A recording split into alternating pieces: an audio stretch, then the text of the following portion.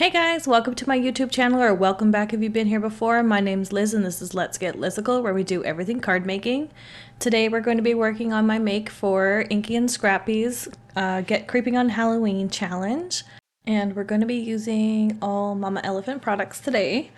And this pumpkin die set is actually a favor bag add-on, I believe. But I just wanted the pumpkin. I don't have any favor bag dies, but I thought that the pumpkin was really cute. And I purchased this, I think, back in the fall or winter when they had a big sale on.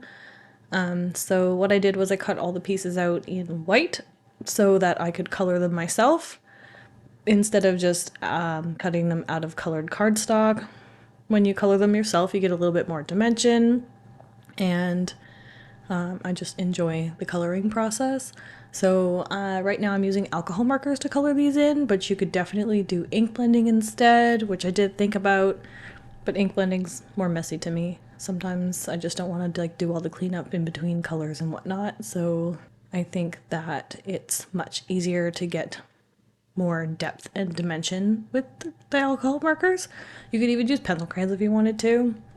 I've done that previously in maybe not other videos, but I've done it for Halloween specific cards, maybe for my blogs back in the day when I was doing those. But if I was using pencil crayons, I would definitely start with a colored cardstock base and then just build up on that with those pencil crayons just for added dimension and texture. So I think I'll just play music while I'm coloring with this, and then I will come back after and explain what I'm doing.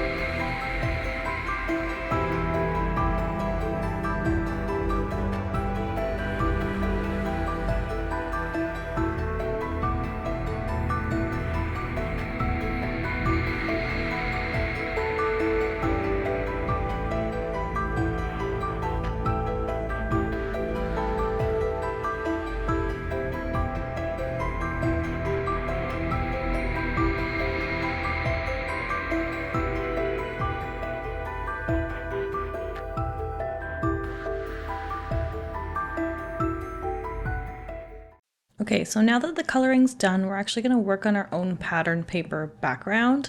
So I'm using this set from Elephant. I don't remember the name off the top of my head, but all products will be linked in the description down below anyway. But I'm just using the pumpkin and like the larger pumpkin and then the leaf stamps. And I'm just kind of like going sporadically over the background with the pumpkins, and then I'm going to fill in the spaces in between with the leaves, and I'm going to use the same kind of orange, green, and browns that I used on the pumpkin itself.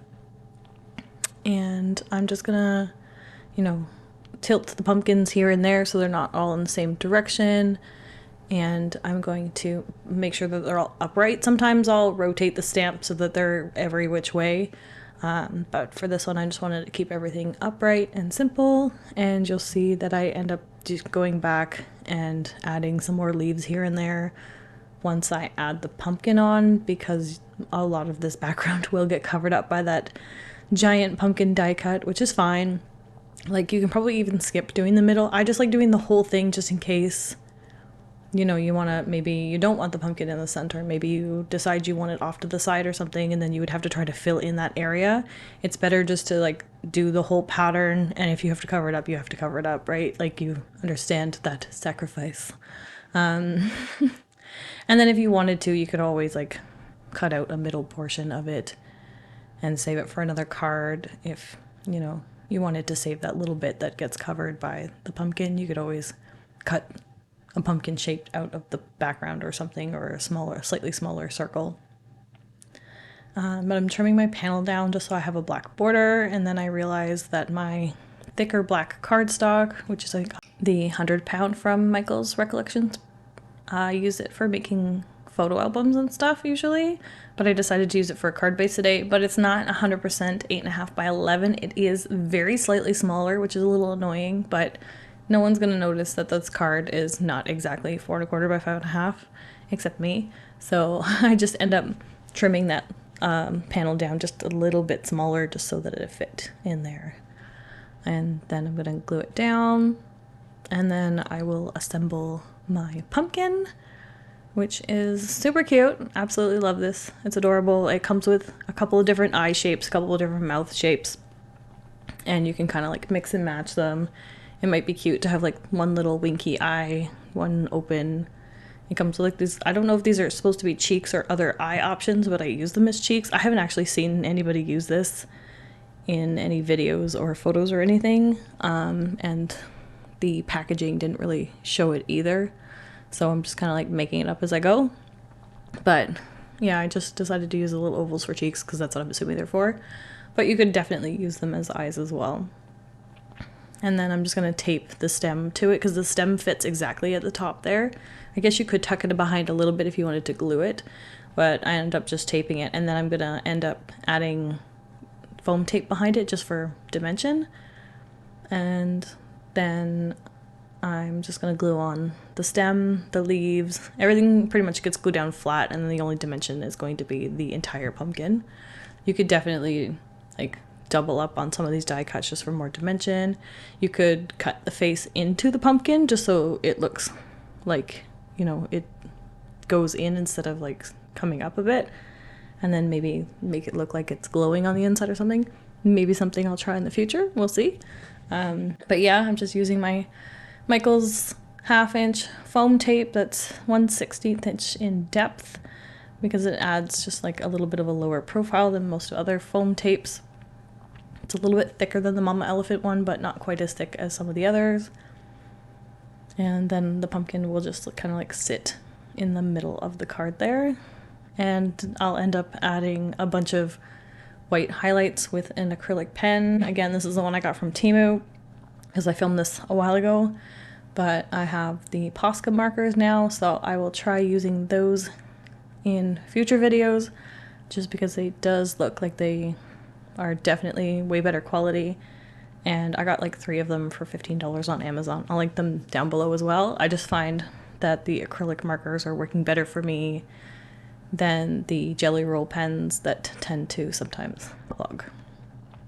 But yeah, that's our card for today, guys. Thanks again for joining me. If you like this video, please give it a thumbs up, comment down below, and if you haven't already subscribed to my channel, I would love for you to join me here. We'll be doing a giveaway soon as I reach 500, which is getting close.